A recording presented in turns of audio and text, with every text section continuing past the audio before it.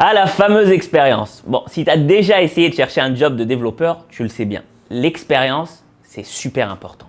Tout le monde veut voir ton expérience et c'est tout à fait normal. Parce que avant de t'embaucher, on veut voir ce que tu as déjà fait pour savoir si tu es capable de faire ce qu'on attend de toi. Mais alors, comment ça se passe concrètement? Est-ce que tu as forcément la première phase formation, apprentissage et ensuite la deuxième phase expérience? Ou alors est-ce qu'on peut combiner ces deux phases? C'est-à-dire se former et se faire de l'expérience en même temps. Alors déjà, oui, bonne nouvelle, on peut combiner les deux. Et dans cette vidéo, je vais te donner 3 façons pour te faire de l'expérience pendant que tu apprends à coder. Je sais, la plupart des cours, ils ont toujours tendance à parler théorie. C'est un vieux réflexe de l'éducation, de l'école. Les professeurs aiment la théorie. Mais alors, dans le monde du code, oublie la théorie et passe à la pratique. Comme le dit Richard Branson, la meilleure façon d'apprendre, c'est de faire. Alors, peu importe, que ce soit avec mes formations ou celle d'un autre formateur, un bon conseil pour toi, choisis des formations avec des projets réels, des projets de la vie. Bon, quand même, je me sens un petit peu obligé de t'en parler et de me faire un peu de pub au passage. Mais c'est pas pour rien que dans chaque cours de ma formation complète pour devenir développeur web, il y a un projet réel qu'on code ensemble de A à Z, sans prendre aucun raccourci, from scratch. Que ce soit le site web pour l'agence de voyage, le jeu du serpent, on va même faire ton site web perso, on fait un menu de restaurant, un blog, un site e-commerce. Bref, il n'y a pas de secret. Plus tu pratiqueras et plus tu progresseras. Alors maintenant, j'ai quand même une petite précision à ajouter parce que dans la pratique, on peut dire qu'il y a 2 niveaux. Il y a la pratique dans laquelle tu es accompagné, guidé, pris par la main. Et il y a aussi la pratique dans laquelle tu es lâché dans la nature et que tu dois te casser la tête. Eh oui, si tu veux devenir un vrai pro, alors à un moment donné, tu seras obligé de te casser la tête. Sache que c'est comme ça qu'on apprend le mieux. C'est comme ça qu'on gagne le plus en expérience. Alors, là aussi, c'est pourquoi encore, dans ma formation de développeur web, j'ai rajouté une mission spéciale. À chaque fin de projet, c'est une mission que tu dois réaliser tout seul, sans que je t'aide. Je veux te forcer à réfléchir. Une autre façon de gagner en expérience, c'est tout simplement de travailler sur des vrais projets en parallèle de ta formation. Quand je dis des vrais projets, ça veut dire des vrais sites web pour de vraies personnes.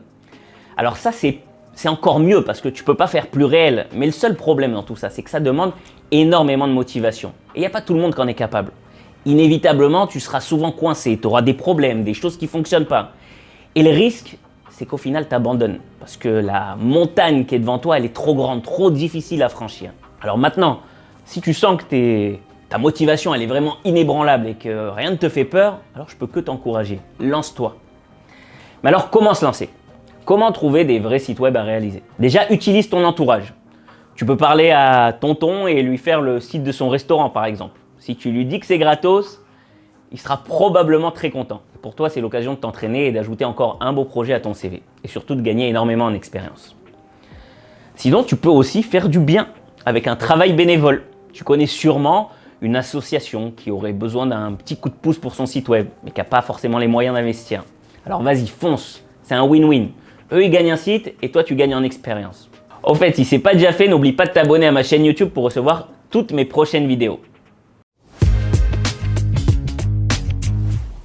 Et pour finir, la 3e façon dont je vais te parler aujourd'hui pour gagner en expérience pendant ton apprentissage, c'est la formation en alternance. Alors là, carrément, tu démarres directement avec un emploi dès le premier jour. Pour ceux qui ne savent pas c'est quoi l'alternance, c'est une façon de se former. En parallèle de ta formation, tu travailles dans une entreprise pour rendre ton apprentissage plus réel, plus concret.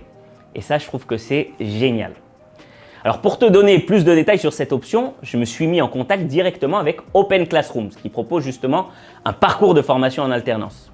Alors on connaît bien Open Classroom pour ses formations en ligne, mais ils ont eu la bonne idée d'associer leurs différents parcours en ligne à l'alternance. Le rythme de cette formation, il est assez flexible, il sera défini avec l'entreprise. Une semaine type, c'est souvent 1 jour de formation et 4 jours en entreprise. Au niveau du choix de l'entreprise, Open Classroom a déjà un réseau d'entreprises partenaires. Mais surtout, ils mettent à ta disposition un coach qui t'aidera à trouver ton entreprise en alternance gratuitement. Il t'aidera entre autres sur ton CV, ta lettre de motivation, profil LinkedIn, portfolio, etc., etc. Tout ce qui pourra t'aider à trouver l'entreprise de tes rêves. Alors d'après toi, combien coûte cette formation en alternance? C'est gratuit, tu paies rien. Comment ça se fait? J'avoue que ça peut paraître un peu louche. En fait, en fonction de ton profil et de ta situation, la formation elle sera directement financée par les aides de l'État ou par la taxe d'apprentissage. Mais ça va encore plus loin parce que non seulement tu payes rien, mais tu es carrément payé. Là encore en fonction de ton profil et des entreprises. On parle d'un pourcentage du SMIC. Ça peut aller de 65 à carrément 100%. Alors, qui peut bénéficier de cette formation en alternance? Si tu as le droit de travailler en France et que tu as entre 16 et 29 ans, c'est bon, tu peux t'inscrire. Dans certains cas, il n'y a même pas de limite d'âge. Par exemple, pour les demandeurs d'emploi, les travailleurs handicapés, les sportifs de haut niveau et même les créateurs d'entreprises. Alors, comment ça se passe l'inscription? Tu dois tout simplement remplir un petit formulaire. Je t'ai mis le lien dans la description de cette vidéo, juste en dessous. Ensuite, si ton inscription elle est validée par Open Classroom, tu recevras par mail un deuxième formulaire à remplir pour finaliser ta candidature. Au final, tu auras une réponse dans un délai maximum de 7 jours. C'est tout. Voilà, c'est fini pour cette vidéo. J'espère que tout ce dont on a parlé te sera vraiment utile. Et si c'est le cas, alors n'hésite pas à liker, à sharer à tes amis. La totale, quoi. À bientôt.